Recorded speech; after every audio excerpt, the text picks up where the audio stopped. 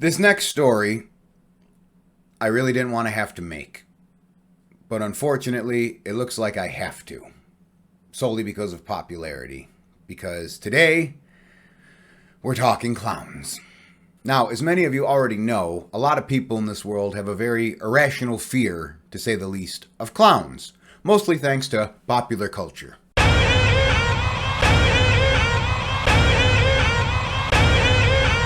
And because of this irrational fear, as you might have guessed, it can make things pretty problematic for a guy like me.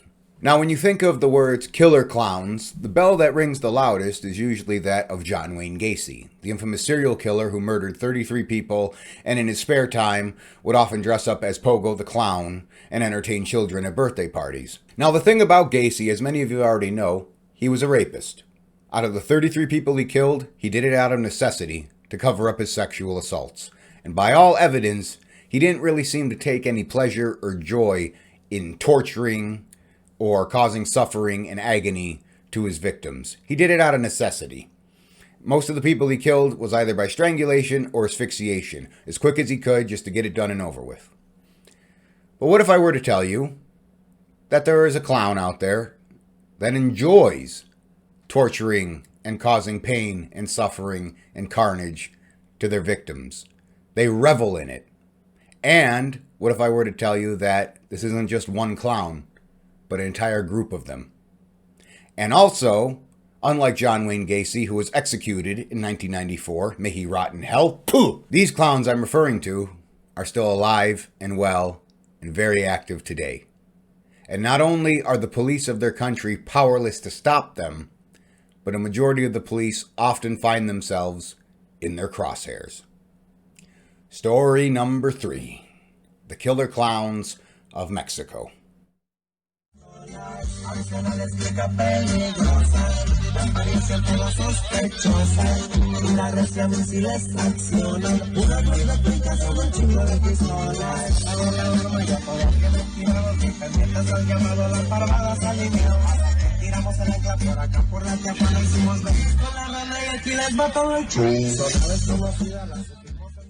Our story takes place in Mexico with a man by the name of Fabian Urbino Morales.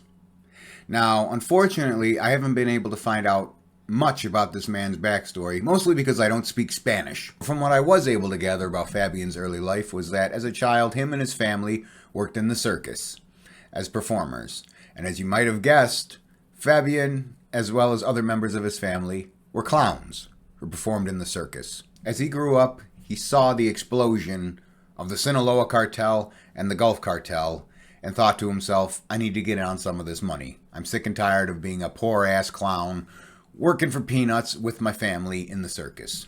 And at some point in his life, he ended up becoming in cahoots with the Gulf cartel. So after cutting his teeth with the Gulf cartel and proving himself as a worthy sicario, Fabian was given his own faction, known as Los Metros, which controlled Reynosa, Mexico.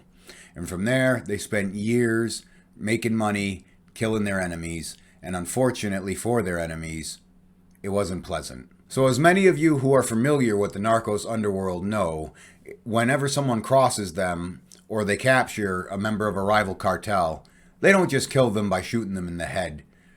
They make it slow, they make it horrible, they make a spectacle out of it, and with the eruption of social media and video technology, they often record it and upload it to the internet.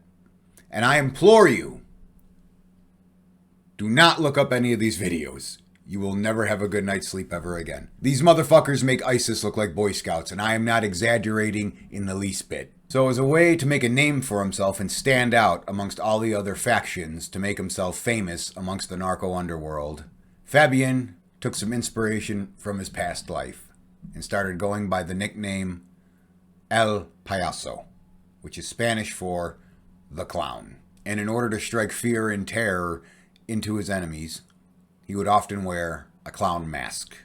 When they saw that mask coming, they were usually struck with that irrational fear I said earlier about clowns, combined with the fact that they knew the end was coming and it was not going to be pleasant. And to add more terror to the mix, his henchmen also started donning these clown masks.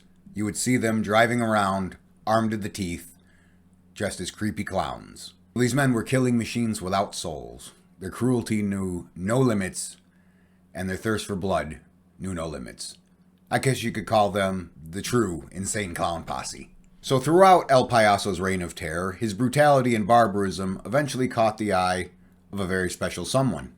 A someone who goes by the nickname El Mencho, who is the leader of CJNG, also known as the New Generation Jalisco Cartel. People responsible for such viral hits as Ghost Rider and Funky Town. If you know, you know. At the time of making this video, El Mencho is currently the most wanted man in all of Mexico and has a $10 million bounty on his head from the United States government. The highest bounty the feds have ever put on a drug kingpin. And CJNG is currently the second most powerful cartel in all of Mexico, second only to the infamous Sinaloa cartel.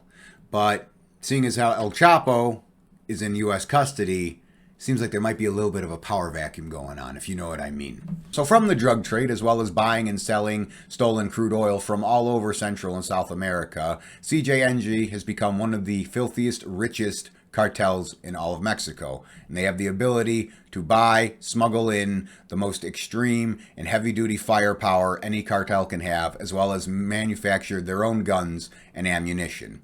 These pictures I'm showing you right now, this is not the Mexican military. This is CJNG. It looks like Mexico's extreme gun control laws are working beautifully. Keep it up, guys. So now El Payaso and his goons are now members and a faction of the most infamous cartel in Mexico. And their power, their money, and their brutality grows exponentially. Now, as I mentioned earlier, these insane motherfuckers are notorious for killing their enemies in very fucked up and creative ways and filming it and putting it on the internet. Everything from cutting people's arms, legs, and heads off while they're still alive and screaming, to strapping dynamite to their children and blowing them up in front of them. One of the most notorious cases that Fabian and his goons were responsible for is a 30-second video floating around the darkest parts of the internet entitled Yo Quiero Agua, which is Spanish for I want water. The video starts and you see a man whose face has been completely skinned. No nose, no lips, just eyes and teeth and muscle tissue. And he's still alive and fully conscious. In the 30-second clip, his captors are mocking him and taking extreme joy and pleasure in the pain and suffering they have caused him by cutting his face off. They're fucking with him, calling him puta, bitch, all that kind of stuff. And the guy filming starts fucking with him like, are you okay, man? You doing good? You want some water? At which case, the man whose face has been skinned replies with agony in his voice, still alive and fully conscious, Yo quiero agua. And the video ends shortly after that. And the most fucked up part about this video is that, unlike most cartel videos where they deliberately film everything to strike fear and intimidation into their enemies, this video was just a 30-second clip filmed on a cell phone, meaning that they were just doing this for whatever reason. The guy probably ripped him off, killed one of their dudes, so they were killing him. And the guy filming came up with the great idea to just whip his phone out and film it and fuck with him for no other reason than he thought it was funny. And even though the video found its way onto the internet eventually, this video wasn't taken deliberately as a, cartel propaganda murder video, but just his own personal collection. So the dude essentially filmed it just because he thought it was funny, which makes it all that much darker. There's another infamous murder that took place all the way back in 2013 at a beach resort at the tip of the Baja Peninsula. A man by the name of Francisco Rafael Arellano Felix, who was the notorious member of a very high-ranking drug family in the narco world. Now, Francisco's family, the Felix clan, was a well-known drug family in the narco underworld, and he just so happened to be attending a large family gathering full of said narcos and sicarios at a beach resort in Los Cabos, again, like I said, located at the tip of the Baja Peninsula. And his list of enemies is endless, and there's no saying for sure to this day who exactly killed him. But let's examine the facts. Okay, so you got one of the most powerful drug kingpins in all of Mexico, and he's at this huge gathering with lots of people, in this very schwanky beach resort. So what do? Do you drive up on him and shoot him with machine guns while he's en route to the resort? Do you set up with a rifle somewhere and snipe him from a football field away?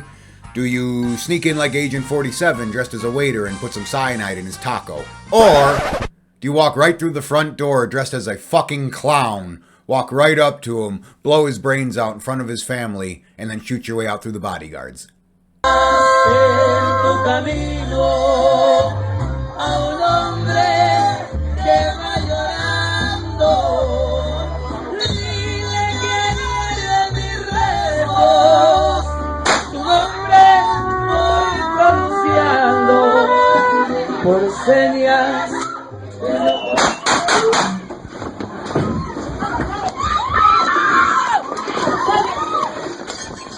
So Francisco was dead before he hit the floor, with one bullet in his dome and another in his lung, and the killer got away.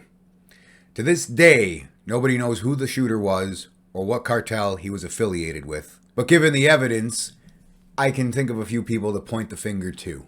But even for evil pieces of shit that literally get away with murder, all good things must come to an end. And El Payaso was arrested by federal police in the Mexican state of Michoacan on January 29th, 2020.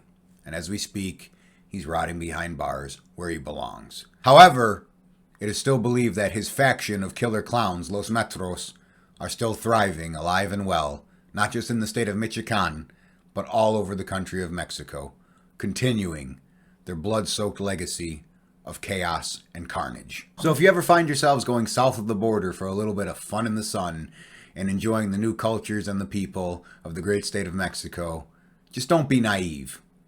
And remember, even though you're having a great time and things look like paradise, there are probably acts of barbarism and carnage and evil, the likes of which you can never fathom, happening mere miles away. And if you happen to be one of these big jockey preppy fucks from a football team going down there for spring break and you want to throw your weight around with the locals, be very careful who you fuck with. Because the one thing about us clowns is that when the face paint and the masks come off, that's the real disguise. So even though Fabio Urbino Morales is currently behind bars, his faction, Los Metros, is still alive and well, doing what they do best throughout all of Mexico.